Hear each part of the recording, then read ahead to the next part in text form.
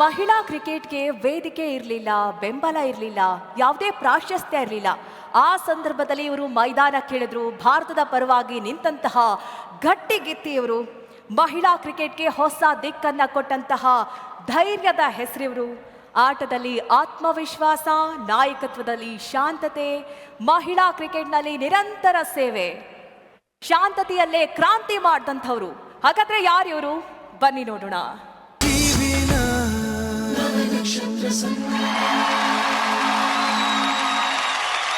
ಅದ್ವಿತೀಯ ಸಾಧನೆ ಮಾಡಿದಂತಹ ಶಾಂತ ರಂಗಸ್ವಾಮಿ ಅವರನ್ನ ಸನ್ಮಾನಿಸೋದಕ್ಕೆ ವೇದಿಕೆ ಮೇಲೆ ಬರಬೇಕಾಗಿ ಸಚಿವ ಸಂತೋಷ್ ಲಾಡ್ ಅವರನ್ನ ವೇದಿಕೆ ಮೇಲೆ ಆಹ್ವಾನಿಸ್ತಾ ಇದ್ದೀನಿ. ಅದರ ಜೊತೆಯಲ್ಲಿ 3-in-1 ಹೆಲ್ತ್ ಕೇರ್ನ ಓನರ್ ಆದಂತಹ ಬರಿಗೌಡ ಅವರು ಕೂಡ ವೇದಿಕೆ ಮೇಲೆ ಬರಬೇಕಾಗಿ ಕೇಳ್ಕೊಳ್ತಾ ಇದ್ದೀನಿ.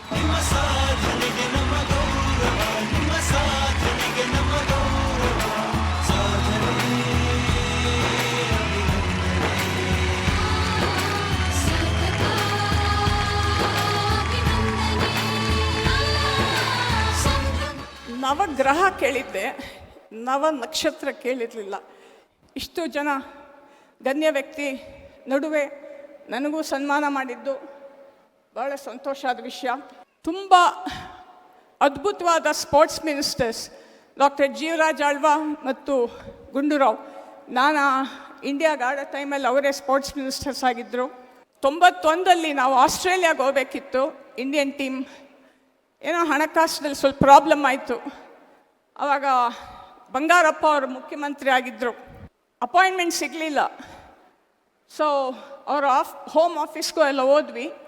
ಅಲ್ಲಿ ಜನರಲ್ ದರ್ಶನ ಇದೆಯಲ್ಲ, ಅದ್ರಲ್ಲಿ ಗುರುತಿಸ್ಬಿಟ್ಟು ಕರೆದ್ರು. ಒಳಗೆ ಕರೆದು ತಕ್ಷಣ ಬಂಗಾರಪ್ಪ ಅವರು ಹೆಲ್ಪ್ ಮಾಡಿದರು. ಅದೇ ಇದು ನೋಡಿದಾಗೆಲ್ಲ ಹಳೆ ನೆನಪು ಬಂತು. Thank you very much. It's a great honour and I appreciate. Thank you madam. Lad ಅವರು ಮಾತಾಡಬೇಕು. ವಿಶೇಷವಾಗಿ ಇವತ್ತು ಇವರಿಗೇನು ಸನ್ಮಾನ ಮಾಡಿದ್ದೀರಿ, ಮೊನ್ನೆ ತಾನೇ ನಮ್ಮ ವಿಮೆನ್ ಹೆಣ್ಮಕ್ಳು ವರ್ಲ್ಡ್ ಕಪ್ ಗೆದ್ದಿದ್ದಾರೆ. ಸೊ ಇವರೆಲ್ಲ ಹಾಕಿರ್ತಕ್ಕಂಥ ಬುನಾದಿ, ಅವ್ರ ಪರಿಶ್ರಮದಿಂದ ಇವತ್ತು ನಮ್ಮ ದೇಶದ ಹೆಣ್ಮಕ್ಳು ವಿಶೇಷವಾಗಿ ವಿಮೆನ್ ವರ್ಲ್ಡ್ ಕಪ್ ಗೆದ್ದಿರ್ತಕ್ಕಂಥದ್ದು ಇದು ದೊಡ್ಡ ಸಾಧನೆ ಇದೆ. ಅವರಿಗೆ BCCIನವರು ಲೈಫ್ ಟೈಮ್ ಅಚೀವ್ಮೆಂಟ್ ಅವಾರ್ಡ್ ಕೊಟ್ಟಿರ್ತಕ್ಕಂಥದ್ದು, ಅರ್ಜುನ್ ಅವಾರ್ಡ್ ಕೊಟ್ಟಿರ್ತದ್ದು, ಅದ್ರ ಜೊತೆಗೆ ಈ ಅವಾರ್ಡು.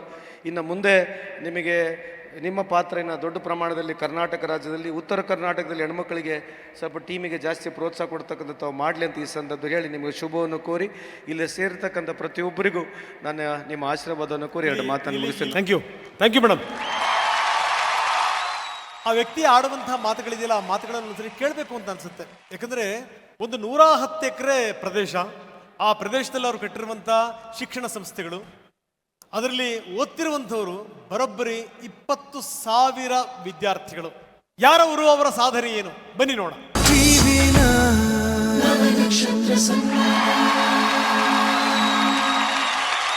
20,000 ವಿದ್ಯಾರ್ಥಿಗಳು ಓದ್ತಾ ಇದ್ದಾರೆ ಅಂತಂದ್ರೆ ಅದು ಸಾಮಾನ್ಯ ಅಲ್ಲ. ನಿಸಾರ್ ಅಹಮದ್ ಅವರು ವೇದಿಕೆ ಮೇಲೆ ಬರಬೇಕು ಅಂತ ನಾನು ಕೇಳ್ಕೊಳ್ತಾ ಇದ್ದೀನಿ. ಸಾವಿರಾರು ವಿದ್ಯಾರ್ಥಿಗಳಿಗೆ ಗುಣಮಟ್ಟದ ಶಿಕ್ಷಣ ನೀಡ್ತಾ ಇರೋ Presidency group of institution chairman doctor Nisar Ahmed ಅವರನ್ನ ಗೌರವಿಸೋದಕ್ಕೆ ಈಗ ಶಿಕ್ಷಣ ಸಚಿವರಾದಂತಹ ಮಧು ಬಂಗಾರಪ್ಪ ಅವರು ವೇದಿಕೆ ಮೇಲೆ ಬರಬೇಕಾಗಿ ವಿನಂತಿಸಿಕೊಳ್ತಾ ಇದ್ದೀನಿ.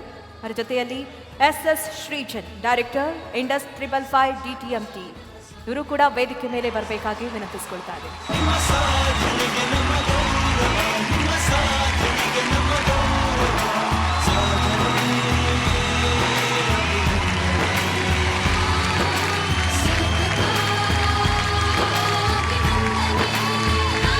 Good evening, honorable dignitaries, respected awardees, and the members of the audience. It's a great honor for me and for the entire presidency group to receive this prestigious recognition from TV9 Group. The TV9 Navanakshatra Sanmana marks a deeply meaningful milestone in my journey of over 5 decades. As a proud Kannadiga, I remain deeply rooted in this land and profoundly grateful for the opportunities Karnataka has given me. To be counted among some of the most distinguished individuals who have brought recognition and pride to our state is truly humbling. I firmly believe that education is the driving force behind the progress and glory of Karnataka and our nation. It has been my life's mission and I shall continue to contribute to this field in the best way possible for as long as I am able. I accept this honor with gratitude, humility, commitment to serve. Thank you once again, TV9. ಎಲ್ಲರಿಗೂ ನಮಸ್ಕಾರ. ಭಾಳ ಸಂತೋಷ ಆಗ್ತದೆ.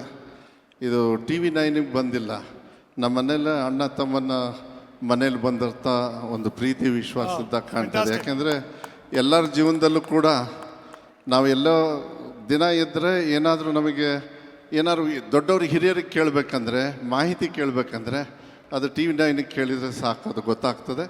ಭಾಳ ಸಂತೋಷ. ಇಂಥ ಮಹಾನ್ ವ್ಯಕ್ತಿಗಳ ಒಂದು ಸನ್ಮಾನದ ಒಂದು ಕಾರ್ಯಕ್ರಮದಲ್ಲಿ TV9 ಅಂದಂಗೆ 9 ನಕ್ಷತ್ರಗಳನ್ನು ವರ್ಷ ಗುರುತಿಸಿ ಇನ್ನೂ ಪ್ರೋತ್ಸಾಹ ಮಾಡ್ತಕ್ಕಂಥ ಮತ್ತು ವಿಶ್ವಾಸವನ್ನು ಅಂಥ ಗಣ್ಯ ವ್ಯಕ್ತಿಗಳ ಸಾಧಕರ ಜೊತೆಗೆ ಒಬ್ಬ ಶಿಕ್ಷಣ ಸಚಿವನಾಗಿ ಶಿಕ್ಷಣದಲ್ಲಿ ಸಾಧನೆ ಮಾಡಿರ್ತಕ್ಕಂಥವರಿಗೆ ಸನ್ಮಾನ ಮಾಡ್ತಕ್ಕಂಥದ್ದು, ಅವ್ರ ಜೊತೆಗಿರ್ತಕ್ಕಂಥದ್ದು ನನ್ನ ಭಾಗ್ಯ. ಅದಕ್ಕೆ TV9 ಎಲ್ಲ ಸಂಸ್ಥೆ ಎಲ್ಲರಿಗೂ ಕೂಡ ನಾನು ಧನ್ಯವಾದಗಳನ್ನು, ಕೃತಜ್ಞತೆಯನ್ನು, ಭಾಳ ಸಂತೋಷದಿಂದ ಈ ಕಾರ್ಯಕ್ರಮದಲ್ಲಿ ಇದ್ದೀನಿ ಅಂತ ಹೇಳಿ ನಾನು ಅಂದ್ಕೊಂಡಿರ್ತೀನಿ. ಮತ್ತು ಧನ್ಯವಾದಗಳನ್ನು ಕೂಡ ಹೇಳಲಿಕ್ಕೆ ಇಷ್ಟ. Yes sir, thank you very much, thank you very much. ತಲೆಯ ಮೇಲೆ ಸೂರ್ಯರಬೇಕು ಅನ್ನುವಂಥದ್ದು ಎಲ್ಲರ ಕನಸು ಕನವರಿಕೆ.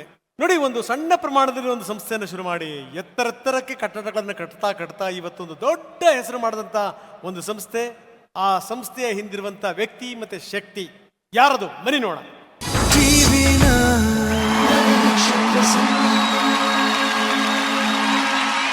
ತಂದೆಯ ಪರವಾಗಿ ಅವಾರ್ಡನ್ನು ಸ್ವೀಕಾರ ಮಾಡಲಿಕ್ಕೆ ಬರ್ತಾ ಇದ್ದಾರೆ ಪುತ್ರ D1 ಮುಂತಾರಾವ್ ಅವರು ವೇದಿಕೆ ಮೇಲೆ ಬರಬೇಕು ಅಂತ ನಾನು ಕೇಳ್ಕೊಳ್ತಾ ಇದ್ದೀನಿ. BJP ರಾಜ್ಯಾಧ್ಯಕ್ಷ ವಿಜೇಂದ್ರ ಅವರು ನಮ್ಮ ಜೊತೆಗಿದ್ದಾರೆ, ಅವರು ವೇದಿಕೆ ಮೇಲೆ ಬರಬೇಕು ಅಂತ ನಾನು ಕೇಳ್ಕೊಳ್ತಾ ಇದ್ದೀನಿ. ಹಾಗೆ TV9 ನೆಟ್ವರ್ಕ್ನ ಸೇಲ್ಸ್ ಪ್ರೆಸಿಡೆಂಟ್ ಆದಂತಹ ನೋಬೆಲ್ ಜೈಕಾರ್ ಅವರು ಕೂಡ ವೇದಿಕೆ ಮೇಲೆ ಬರಬೇಕಾಗಿ ವಿನಂತಿಸ್ಕೊಳ್ತಾ ಇದ್ದೀನಿ. ಅದರ ಜೊತೆಯಲ್ಲಿ Cheekal Ramachandra Gowda, co-founder and director Trilife hospital, ಇವರು ಕೂಡ ವೇದಿಕೆ ಮೇಲೆ ಬರಬೇಕಾಗಿ ವಿನಂತಿಸ್ಕೊಳ್ತಾ ಇದ್ದೀನಿ.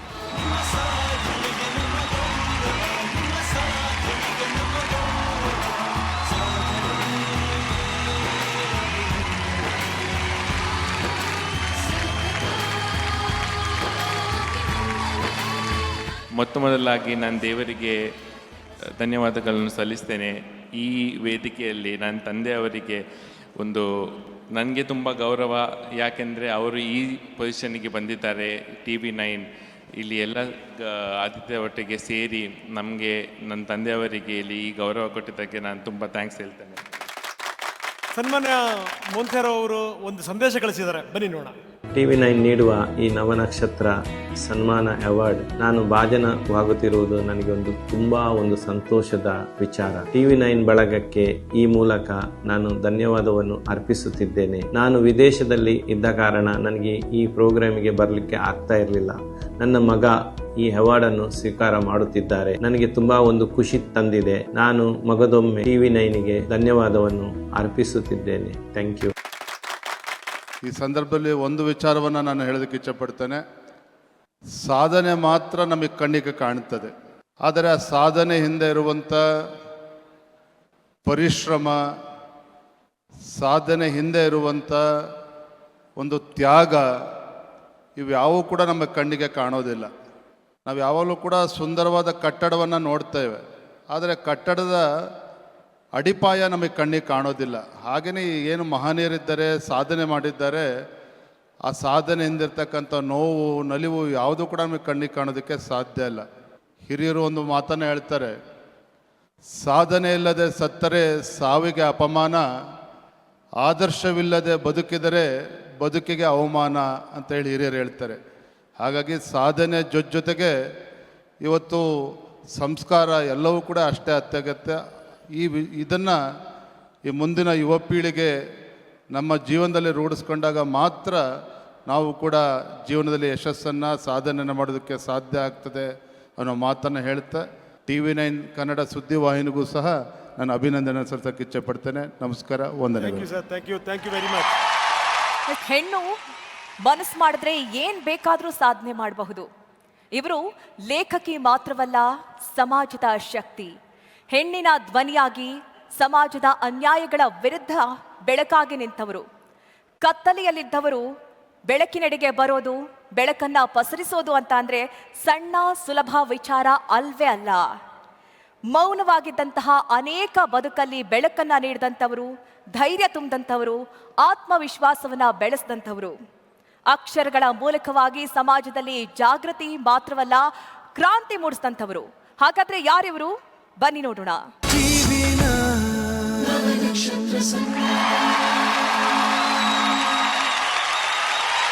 ಅದ್ಭುತವಾದಂಥ ಲೇಖಕಿ ಭಾನು ಮುಷ್ತಾಕ್ ಅವರು ವೇದಿಕೆ ಮೇಲೆ ಬರಬೇಕು. ಅವರನ್ನ ಸನ್ಮಾನಿಸಲಿಕ್ಕೆ ಖಾದರ್ ಸಾಹೇಬರು ಮತ್ತು ಬರುಣ್ ದಾಸ್ ಜಿ ಅವರು, ವಿಕ್ರಮ್ ಜಿ ಅವರು ವೇದಿಕೆ ಮೇಲೆ ಬರಬೇಕು ಅಂತ ನಾನು ಕೇಳ್ಕೊಳ್ತಾ ಇದ್ದೀನಿ. ಜೊತೆಗೆ ರಾಹುಲ್ ಚೌಧರಿ ಅವರು ಕೂಡ ವೇದಿಕೆ ಮೇಲೆ ಬರಬೇಕು.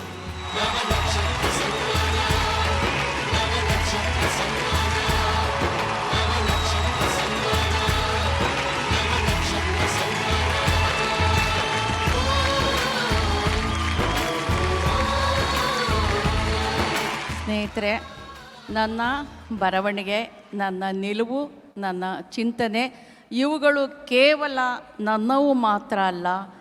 ಈ ನೆಲದ ನೋವು, ಈ ನೆಲದ ಕನಸುಗಳು ಮತ್ತು ಈ ನೆಲದ ಆಶೋತ್ತರಗಳು ಮತ್ತು ಪ್ರತಿರೋಧ ಇವುಗಳು ಸೇರಿ ನನಗೆ ಏನು ಪ್ರೇರಣೆಯನ್ನು ಕೊಟ್ಟಿದೆ, ಆ ಪ್ರೇರಣೆಯ ಪ್ರಯುಕ್ತ ನಾನು ಇಲ್ಲಿ ಬರಹಗಾರ್ತಿಯಾಗಿ ನಿಮ್ಮ ಎದುರಿಗೆ ನಿಂತಿದ್ದೀನಿ.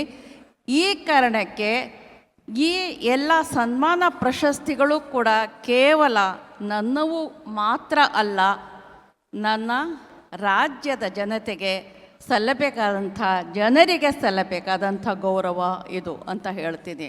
ಇದರ ಜೊತೆಯಲ್ಲಿ ಕನ್ನಡದ ಮನಸ್ಸು, ಕನ್ನಡದ ಮಾನವೀಯತೆ ಮತ್ತು ಕನ್ನಡದ ಮನುಷ್ಯ ಪ್ರೀತಿಯನ್ನು ಈ ಸಾಹಿತ್ಯದ ಜೊತೆಯಲ್ಲಿ ಪ್ರಪಂಚದ ಎಲ್ಲ ಭಾಗಗಳಿಗೂ ಕೂಡ ತಲುಪಿಸ್ತಕ್ಕಂಥ ಕಾರ್ಯ ಕೂಡ ಮಾಡ್ತಾ ಇದ್ದೀನಿ. ಈ ಕಾರ್ಯಕ್ರಮಕ್ಕೆ ನನ್ನನ್ನು ಆಹ್ವಾನಿಸಿ ಇಷ್ಟೊಂದು ಗೌರವಿಸಿದಂಥ ಸಂಬಂಧಪಟ್ಟಂಥ ಎಲ್ಲರಿಗೂ ಕೂಡ ವಂದಿಸಿ ನಾನು ಧನ್ಯವಾದಗಳು madam, thank you very much. ಒಂದು ಮಠಮಾನ್ಯಗಳು ಅಂದ ತಕ್ಷಣ ನಾವೇನು ಯೋಚನೆ ಮಾಡ್ತೀವಿ, ಒಂದು ಜಾತಿ, ಒಂದು ಸಮುದಾಯ ಅದಕ್ಕೆ ಸೇರಿದಂಥದ್ದು ಅಂತ. ಆದರೆ ಮೊನ್ನೆ ನಾವು ಈ ಸಂಸ್ಥಾನಕ್ಕೆ ಭೇಟಿ ಕೊಟ್ಟಂಥ ಸಂದರ್ಭದಲ್ಲಿ ನಮಗನಿಸ್ತು, ಜಾತಿ ಮತಗಳನ್ನು ಮೀರಿದಂಥ ಮಠಗಳು ಯಾವ ರೀತಿ ಇರ್ತವೆ ಅನ್ನಲಿಕ್ಕೆ ಒಂದು ಬೆಸ್ಟ್ ಎಕ್ಸಾಂಪಲ್. ನಿಮಗೆ ಅಚ್ಚರಿ ಅಂತ ಅನ್ಸುತ್ತೆ, ಅಲ್ಲಿ ಓದುವಂಥ ವಿದ್ಯಾರ್ಥಿಗಳಿದಾರಲ್ಲ, ಅದು ಒಂದು ಸಮುದಾಯದ ಮಠ ಆದರೂ ಕೂಡ ಆ ಸಮುದಾಯದ ವಿದ್ಯಾರ್ಥಿಗಳು ತುಂಬ ಕಡಿಮೆ, 75% ಬೇರೆ ಬೇರೆ ವಿದ್ಯಾರ್ಥಿಗಳೇ ಅದರಲ್ಲಿ ಇದ್ದಿದ್ದು.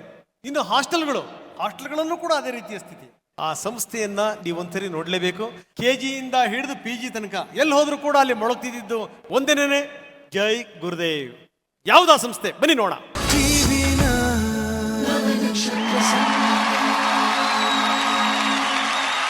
ಯಾವ ರೀತಿ ಇರಬೇಕು ನೋಡಿ, ಬೆಸ್ಟ್ ಎಕ್ಸಾಂಪಲ್. ಒಂದು ಅದ್ಭುತವಾದಂಥ ಹಾಡಿನ ನೆನಪಾಗ್ತಾ ಇದೆ, ಸೊನ್ನೆಯಾದೇನು ಗುರುವೇ ಅನ್ನುವಂಥ ಮಾತು. ಗುರುವೇ, ನೀನಿಲ್ಲದೆ ನಾನು ಸೊನ್ನೆ ಆಗಿಬಿಟ್ರೆ, ಅಂದರೆ ನನ್ನ ಮುಂದೆ ನೀನು ಏನು ಹಾಕಿದ್ರೂ ಇಲ್ಲ, ನನ್ನ ಹಿಂದೆ ನೀನು ಏನು ಹಾಕ್ತೀಯಾ ಅದೇನೇನೆ. ನೀನು ಅಂಕಿ ಆಗು ಗುರುವೇ, ನೀನು ಸಂಖ್ಯೆ ಆಗು ಗುರುವೇ, ನೀನಿಲ್ಲದೆ ಸೊನ್ನೆಯಾದೆ ಗುರುವೇ ಅಂತ. ಅದ್ಭುತವಾದಂಥ ಒಂದು ಸಂಸ್ಥೆ ಕನಸು ಕನವರಿಕೆಗಳು ಎಷ್ಟರ ಮಟ್ಟಿಗೆ ಸಾಕಾರ ಆಗ್ತಾ ಇದೆ ನಾವು ನೋಡ್ತಾ ಇದ್ದೀವಿ.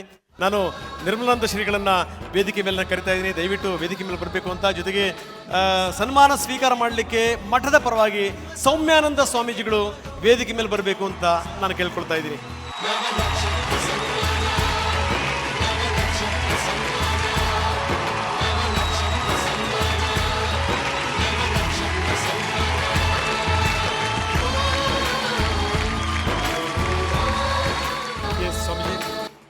ಬ್ರಹ್ಮಾನಂದಂ ಪರಮಸುಖದಂ ಕೇವಲಂ ಜ್ಞಾನಮೂರ್ತಿಂ ದ್ವಂದ್ವಾತೀತಂ ಗಗನಸದೃಶಂ ತತ್ವಮಸ್ಯಾದಿಲಕ್ಷ್ಯಂ ಏಕಂ ನಿತ್ಯಂ ವಿಮಲಂ ಅಚಲಂ ಸರ್ವಧಿ ಸಾಕ್ಷಿಭೂತಂ ಭಾವಾತೀತಂ ತ್ರಿಗುಣರಹಿತಂ ಸದ್ಗುರುಂ ತಂ ನಮಾಮಿ.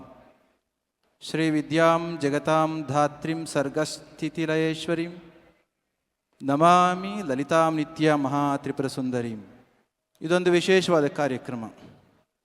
ಮಾಧ್ಯಮ ಕ್ಷೇತ್ರಕ್ಕೆ ನಾವು ನೋಡುವ ಮನಸ್ಸನ್ನು ತೆರೆಕೊಂಡ ದಿನಗಳಿಂದಲೂ ಕೂಡ ಹೃದಯಕ್ಕೆ ಮನಸ್ಸಿಗೆ ತುಂಬ ಹತ್ತಿರವಾಗಿರ್ತಕ್ಕಂಥದ್ದು TV9. ಹಾಗಾಗಿ TV9 ನಮಗೆ ಹೊಸದೇನಲ್ಲ.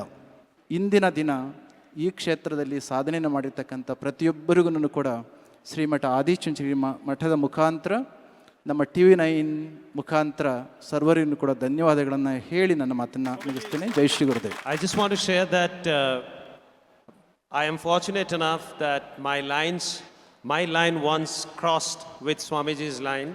We both went to the same institute long time back, IIT Madras. In addition, we were both born in the same year, excepting that fact Swamiji just said that he was born on the day a human being landed on moon. So it's a special occasion for him to be born. With a 2-hour difference only. So my question to you is, Swamiji, that spirituality for lesser mortals like us who had gone on to pursuing materialistic success, career, MBA, should there be a separate path which will be parallelly drawn, path of spirituality in our day-to-day life? Or should we believe in the saying that the work is worship? So if you are dedicated to your work and your duties, you are anyway following the path of spirituality. I would like to know your views on this, Swamiji. Thank you very much for the right question which you have asked quite mindfully. As you have mentioned, work is worship, Seve Puja. This is the tagline and motto of our Adichunji Mahasangsthan Math, which is enumerated by Puja Guru Sri Dr. Balgangadhar Mahaswamiji. Particularly in our tradition, in our lineage, service and spirituality, these are not two different entities. As Albert Einstein used to tell quite often, science and spirituality, or service and spirituality, or the mundane and the spirituality, these two are the two faces of the coin. Service line and the mundane line is not different from the spiritual line. The way how we can't differentiate root, stem, branches, flowers, and the fruit, similarly, to one's life, spirituality is intrinsically hidden. In the line of civilization, we have been thinking that we are civilized. It is just a small thin layer. In the process of evolution, still we are in infant stage, according to me. If you remove that thin layer of the civilization, again you are going to see the animality well within that. Spirituality is going to be explored well within from ourselves only when we are put more and more into the service. In our tradition, to attain that ultimate state, though several things are there, we have identified 3 things. To start with, we have start our work. What is that?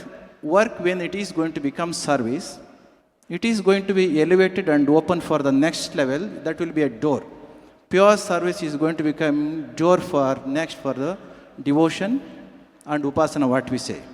When you are amalgamated with pure service and the devotion, then jnana is going to get opened. When you put the confluence of pure service, dharma or the bhakti, and then pure knowledge and the wisdom, when you put all this together, eventually the liberation is going to happen. Each and every one's life's purpose is to attain the ultimate knowledge, ultimate realization. If that is to happen, we have to amalgamate these 3, service and the spirituality, as the bottom line message, not 2 different entities, rather they are integrated thing. Thank you. Thank you very much. Jai Shri Ram. ಸಾಮಾನ್ಯ ಸಾಧನೆ ಅಲ್ಲ ಅವರ ಸಾಧನೆ ಅಂತಂತಂದ್ರೆ ಏನು ಅಂದ್ರೆ ಈ ನಟನೆ ಅಲ್ಲ, ಅದು ಆವಾಹನೆ. ಸಿನಿಮಾ ಮಾಡೋದು ಅನ್ನುವಂಥದ್ದು ಒಂದು ತಪಸ್ಸು. ಇಲ್ಲಿ ಒಂದು ಸಂಗತಿನ ಹೇಳಲೇಬೇಕು. ಮೋದಿ ಅವರದ್ದೊಂದು ಕಾರ್ಯಕ್ರಮ ಇತ್ತು, ಪ್ರಧಾನಮಂತ್ರಿಗಳ ಕಾರ್ಯಕ್ರಮ. ನಮ್ಮ ಸಂಸ್ಥೆಯಿಂದ ನಾವು ಅವರಿಗೆ ಕರೆ ಮಾಡಿದ್ವಿ, ಸರ್ ಹಿಂಗೆ ಮೋದಿ ಅವ್ರದ್ದೊಂದು ಕಾರ್ಯಕ್ರಮ ಇದೆ, ನೀವು ದಯವಿಟ್ಟು ಬರಬೇಕು ಅಂತ. ಪ್ರಧಾನಮಂತ್ರಿಗಳು ಕಾರ್ಯಕ್ರಮದಲ್ಲಿದ್ದಾರೆ, ಇವರೊಬ್ಬ ಅತಿಥಿಯಾಗಿ ಹೋಗ್ತಾರೆ ಅಂತಂದ್ರೆ ಯಾರು ಕೂಡ ತಪ್ಪಿಸ್ಕೊಳ್ಳಲ್ಲ. ಅವ್ರು ಒಂದೇ ಮಾತು ಹೇಳಿದ್ರು, ದಯಮಾಡಿ ರಂಗನಾಥ್ ಅವರೇ ನಾನು ಬಿಟ್ಟುಬಿಡಿ, ನನಗೆ ಏನೂ ಕಾಣ್ತಾ ಇಲ್ಲ, ನನಗೆ ಕಾಣ್ತಾ ಇರುವಂಥದ್ದು ಸಿನಿಮಾ ಮಾತ್ರ. ಅದು ಮುಗಿದಾದ್ಮೇಲೆ ನೀವು ಎಲ್ಲಿಗೆ ಹೇಳಿದ್ರು ಬರ್ತೀವಿ ಅಂತ ಇವತ್ತು ನಮ್ಮ ಕಾರ್ಯಕ್ರಮಕ್ಕೆ ಬಂದಿದ್ದಾರೆ. ಯಾರು ಅವರು, ಅವರ ಸಾಧನೆ ಏನು ಹೇಳೋದಲ್ಲ, ಬನ್ನಿ ನೋಡೋಣ.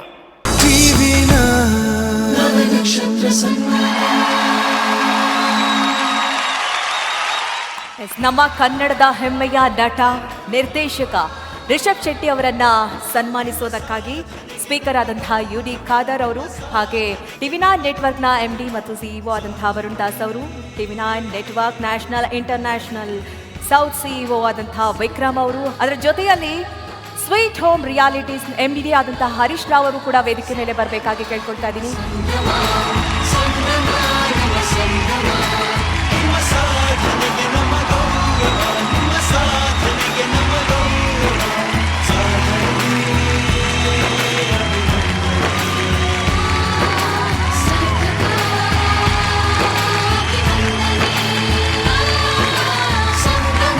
ಎಲ್ರಿಗೂ ನಮಸ್ಕಾರ. ವೇದಿಕೆ ಮುಂಭಾಗದಲ್ಲಿರುವಂಥ ಎಲ್ಲ ಹಿರಿಯರಿಗೆ ನಮಸ್ಕರಿಸ್ತಾ, ನಾನು ಏನೇನೋ ಮಾತಾಡೋಣ ಅಂದ್ಕೊಂಡೆ, ನಿಮ್ಮ ವಿಟಿ ನೋಡಿ ಎಲ್ಲ ಮರೆತೇ ಹೋಯ್ತು ನನಗೆ. ಸಿನಿಮಾದವ್ರಿಗೆ ಪ್ರಶಸ್ತಿಗಳು ನಡೀತಾನೆ ಇರುತ್ತೆ, ಅದು ಸಿನಿಮಾಗೆ ಸಂಬಂಧಪಟ್ಟ ಹಾಗೆ. ಆದರೆ ಒಂದು ಮಾಧ್ಯಮ ಕಲಾವಿದರುಗಳನ್ನು ಗುರುತಿಸಿ ಇಂತಹ ಒಂದು ಅದ್ಭುತ ವೇದಿಕೆಯಲ್ಲಿ ನವನಕ್ಷತ್ರ ಅನ್ನುವಂಥ ಒಂದು ಸನ್ಮಾನದಲ್ಲಿ ಇಂಥ ಸಮಾಜದ ಅಗ್ರಗಣ್ಯರ ಜೊತೆಗೆ ನನ್ನಂಥ ಒಬ್ಬ ಪುಟ್ಟ ಕಲಾವಿದನ ರೆಕಗ್ನೈಸ್ ಮಾಡಿ ಆ ಲಿಸ್ಟಲ್ಲಿ ನಾನಿದ್ದೀನಿ ಅಂತ ಕೇಳಿದಾಗಲೇ ಸ್ವಲ್ಪ ನನಗೆ ಎದೆ ನಡ್ಗಕ್ಕೆ ಶುರುವಾಯಿತು. ಯಾಕಂದರೆ ಅಂಥ ಹಿರಿಯರು, ಅಂಥ ಸಮಾಜಕ್ಕೆ ಕೊಡುಗೆ ಕೊಟ್ಟಂಥವರು ಇರುವಂತಹ ಒಂದು ಸರದಿಯಲ್ಲಿ ನನ್ನನ್ನು ಕೂಡ ಒಂದು ಭಾಗ ಹಾಕ್ಸಿದ್ದಕ್ಕೆ TV9ನ ಪ್ರತಿಯೊಬ್ಬರಿಗೂ ನಾನು ಧನ್ಯವಾದಗಳನ್ನು, ಅಭಿನಂದನೆಗಳನ್ನು, ಥ್ಯಾಂಕ್ ಯು ಅನ್ನು ಸಲ್ಲಿಸೋದಕ್ಕೆ ನಾನು ಇಷ್ಟಪಡ್ತೀನಿ. Thank you so much. ನೀವು ಮಾತಾಡ್ಬೇಕಾದ್ರೆ ನೋಡಿ ಹಿಂದ್ಗಡೆಗೆ, ಓ ಅಲ್ಲಿ ಕಾಣ್ತಿರುವಂಥದ್ದು. Thank you so much. Thank you, love you. ಒಂದು ಥಿಯೇಟ್ರಲ್ಲಿ ಸಿನಿಮಾ ಬಿಡುಗಡೆ ಆದ್ರೆ ಸಾಕಪ್ಪ, ಒಂದು ಶೋ ಅಂತ ಇದ್ರಿ. ಈಗ ಸಾಲಗಟ್ಟಿ ಥಿಯೇಟ್ರ್ಗಳು ಕಾಯ್ತಾ ಇರ್ತವೆ, ದಯವಿಟ್ಟು ಬನ್ನಿ ಸಿನಿಮಾ ಕೊಡಿ ಅಂತ. ಇದೆಯಲ್ವಾ ಕಾಲ ಅನ್ನೋದು? ಒಂದು ಕೆಲಸನ ದೇವರು ಅಂದ್ಕೊಂಡು ನಂಬ್ಕೊಂಡು ಕೆಲಸ ಮಾಡೋದು ಅಷ್ಟೇ ನಮ್ಮ ಕೈಯಲ್ಲಿ ಸಾಧ್ಯತೆ ಇರುವಂಥದ್ದು. ಪ್ರತಿಫಲ ದೇವ್ರಿಗೆ ಬಿಟ್ಬಿಡ್ತೀವಿ. Thank you. Thank you very much, Rishabh. You know, Kantara is a landmark movie India में. आप लोगों ने शायद कम बजट में इसको बनाया था, बट इसका सक्सेस इतना स्काई हाई हो गया. फिर कांतारा चैप्टर 1 तो इवन बिगर सक्सेस. तो हमें क्या लगता है जी, यही looking at Indian roads origin, उसी के स्टोरी कहना वही रास्ता है हमें सक्सेस का. ऑडियंस के टेस्ट हमें उसी की तरफ लेके जा रहा है. और अगर हमें ग्लोबल रिकग्निशन, ग्लोबल सक्सेस मिलना है तो वही रास्ता है. तो कुछ जानकारी, कुछ सीखने का मिल रहा है हमें कांतारा के सक्सेस स्टोरीज से. ಒಂದು ಕಥೆಯನ್ನು ಯಾವತ್ತು ನಂಬಬೇಕು ನಾವು. ಆ ಕಥೆಯನ್ನು ನಂಬಿ ಆ ಕಥೆಯನ್ನು ಹೇಳಕ್ಕೆ ಹೊರಟಾಗ ಪ್ರಪಂಚದಲ್ಲಿ ಇಲ್ಲೋದು ಅಥವಾ ಸಿನಿಮಾದ ಪ್ರೇಕ್ಷಕರು ಅಲ್ಟಿಮೇಟ್ಲಿ ಎಲ್ಲರೂ ಮನುಷ್ಯರೇ. ಮನುಷ್ಯನ ಭಾವನೆ ಯಾವತ್ತು ಅವನು ಯಾವ ದೇಶದಲ್ಲಿದ್ದರೂ ಕೂಡ ಒಂದೇ ಆಗಿರುತ್ತೆ.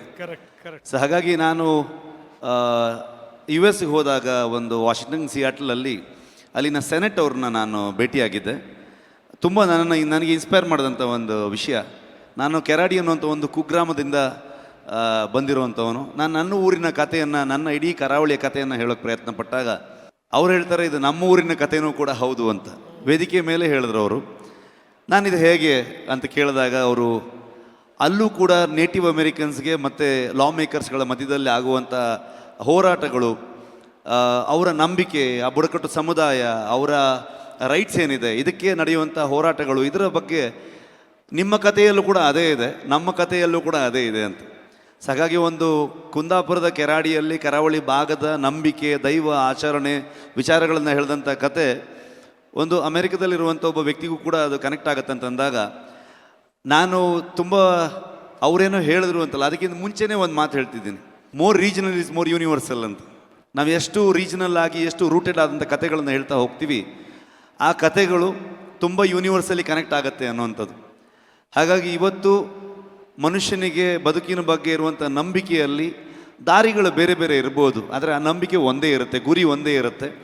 ಅದು ಯಾವ ದೇವರನ್ನ ನಂಬಲಿ, ದೈವವನ್ನು ನಂಬಲಿ, ಪ್ರತಿಯೊಬ್ಬರದ್ದು ಅಲ್ಟಿಮೇಟ್ ಭಕ್ತಿನೇ ಇರುತ್ತೆ, ಸಾರ್ಥಕತೆನೇ ಇರುತ್ತೆ, ದಾರಿಗಳು ಅವ್ರವ್ರು ಕಂಡುಕೊಂಡಂಥದ್ದು ಇರುತ್ತೆ. ಹಾಗಾಗಿ ನಮ್ಮ ಕಥೆಗಳನ್ನು ನಾವು ನಂಬಿ ಹೇಳಿದಾಗ, ಅದು ಎಫೆಕ್ಟಿವ್ ಆಗಿ ಬಂದಾಗ, ಅದು ಯಾವುದೇ ಪ್ರೇಕ್ಷಕನಿಗೂ ಕೂಡ ತಲುಪುತ್ತೆ ಅನ್ನುವಂಥ ನಂಬಿಕೆ. ಮಾಡಬೇಕಾದ್ರೆ ಸಿನಿಮಾವನ್ನು ತುಂಬ ಹಾನೆಸ್ಟಾಗಿ ಅದನ್ನು ನಂಬಿ ಆ ಕೆಲಸವನ್ನು ಮಾಡ್ತೀವಿ. ಪ್ರತಿ ಸಲ ನಂಬೋದು ಒಂದೇ ಒಂದು, ಈ ಸಿನಿಮಾ ಇದು ಒಂದೇ ಸಲ ಮಾಡೋಕ್ಕಾಗೋದು ಅಂತ ಅಂದ್ಕೊಳ್ತೀವಿ ಯಾವತ್ತು. ಹಾಗಾಗಿ ಆ ಎಕ್ಸ್ಟ್ರೀಮ್ ಎಫರ್ಟನ್ನು ಹಾಕ್ತಾ ಹೋಗ್ತೀವಿ. ಮೋಸ್ಟ್ಲಿ ಅದು ಜನರಿಗೆ ತಲುಪುತ್ತೆ ಅಥವಾ ಜನರಿಗೆ ಇಷ್ಟ ಆಗುತ್ತೆ ಅಂತ ಅಂದ್ಕೊಳ್ತೀನಿ.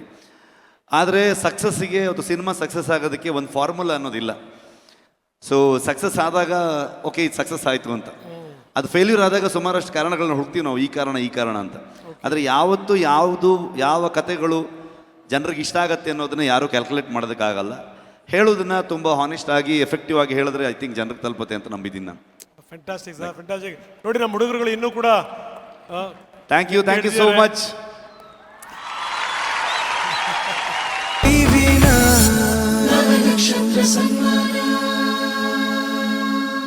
ರಾಜ್ಯದ ರಾಜಕಾರಣವನ್ನು ನಾವೆಲ್ಲರೂ ಕೂಡ ನೋಡಿದ್ದೀವಿ. ಅದರಲ್ಲೂ ಈ ಮಂಡ್ಯದ ಮಣ್ಣಿದೆಯಲ್ಲ, ಆ ಮಣ್ಣಿಗೊಂದು ವಿಶೇಷವಾದಂಥ ಶಕ್ತಿ ಇದೆ. ಇನ್ನು ಶಿವಮೊಗ್ಗದ ಮಣ್ಣು, ಅಲ್ಲೂ ಕೂಡ ಒಂದು ವಿಶೇಷವಾದಂಥ ಶಕ್ತಿ ಇದೆ. ಈ ಮಣ್ಣು ಆ ಮಣ್ಣಿನ ಜೊತೆ ಸೇರಿಬಿಟ್ರೆ ಅದ್ಭುತನೇ ಆಗಬೇಕಲ್ಲ, ಅಂತ ಅದ್ಭುತವೇ ಆಗಿದ್ದು. ಹುಟ್ಟು ಹೋರಾಟಗಾರರೊಬ್ಬರು ಎದ್ದು ನಿಂತರು. ಯಾವ ಪರಿ ಎದ್ದು ನಿಂತರು ಅಂತಂದರೆ ಅವರು ಬೆಳೆದಂಥ ರೀತಿಯೇ ಅದ್ಭುತ. ರೈತ ಹೋರಾಟಗಳಿಂದ ಹಿಡಿದು ವಿಧಾನಸೌಧದ ತನಕ, ವಿಪಕ್ಷ ನಾಯಕರ ತನಕ, ಮುಖ್ಯಮಂತ್ರಿಯ ತನಕ, ಒಂದು ಸರಿ ಅವರು ಗುಡುಗಿದರೆ ವಿಧಾನಸೌಧ ನಡುಗುತ್ತೆ ಅನ್ನೋ ತನಕ ನಾವು ಹೇಳಬೇಕಾದ್ದಿಲ್ಲ. ತಾವೇ ನೋಡಿ ಆ ವ್ಯಕ್ತಿಯ ಯಶೋಗಾಥೆಯನ್ನು. ಅಪರೂಪದ ಮಹಾನಾಯಕ ಬಿಎಸ್ ಯಡಿಯೂರಪ್ಪ ಅವರಿಗೆ TV9 ಜೀವಮಾನ ಶ್ರೇಷ್ಠ ಪುರಸ್ಕಾರ ನೀಡಿ ಗೌರವಿಸುತ್ತಿದೆ.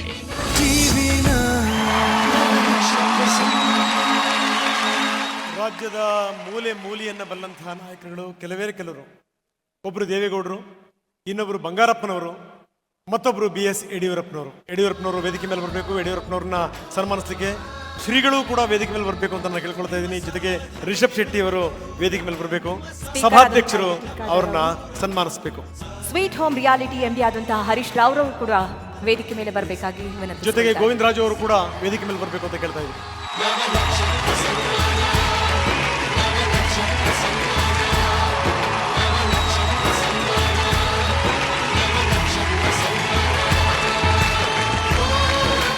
Gift sponsor awesome aesthetic clinic.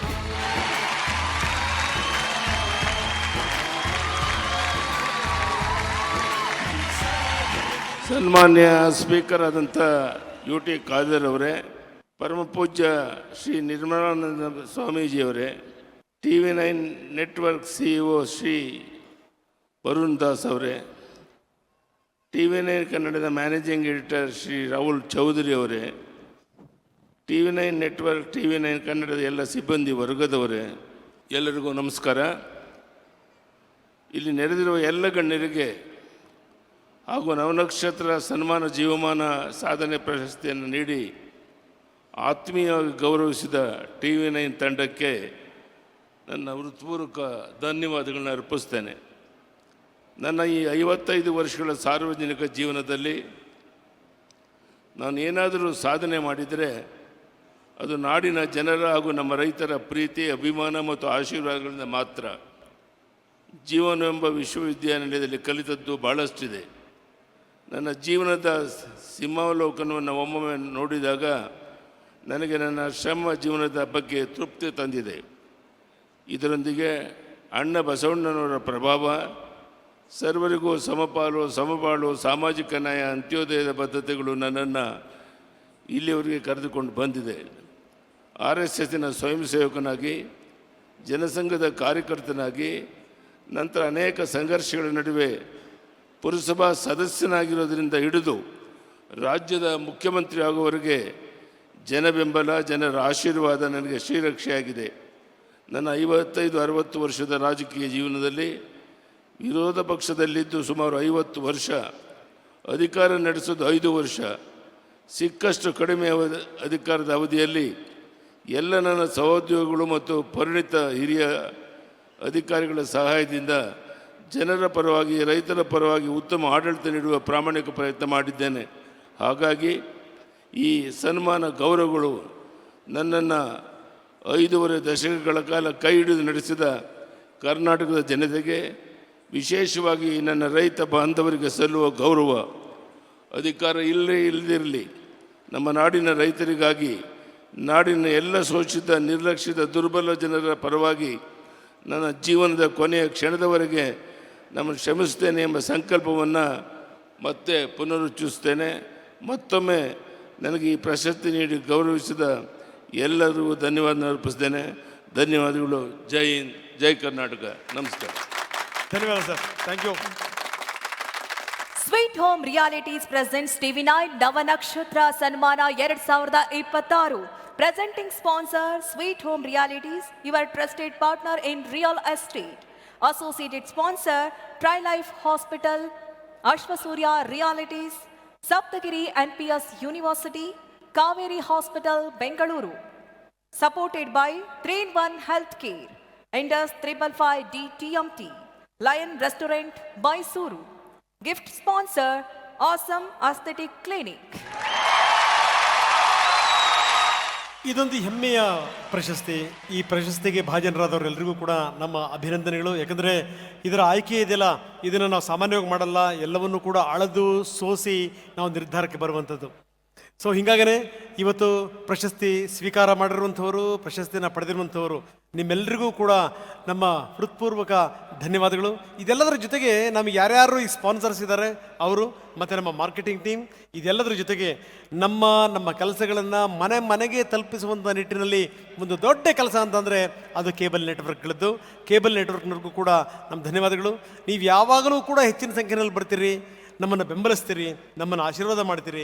ಇವತ್ತೂ ಕೂಡ ಇಷ್ಟೊಂದು ದೊಡ್ಡ ಸಂಖ್ಯೆಯಲ್ಲಿ ಬಂದು ನಮ್ಮನ್ನು ಆಶೀರ್ವಾದ ಮಾಡಿದಂಥ ತಮ್ಮೆಲ್ಲರಿಗೂ ಕೂಡ ಧನ್ಯವಾದಗಳು. Thank you very much.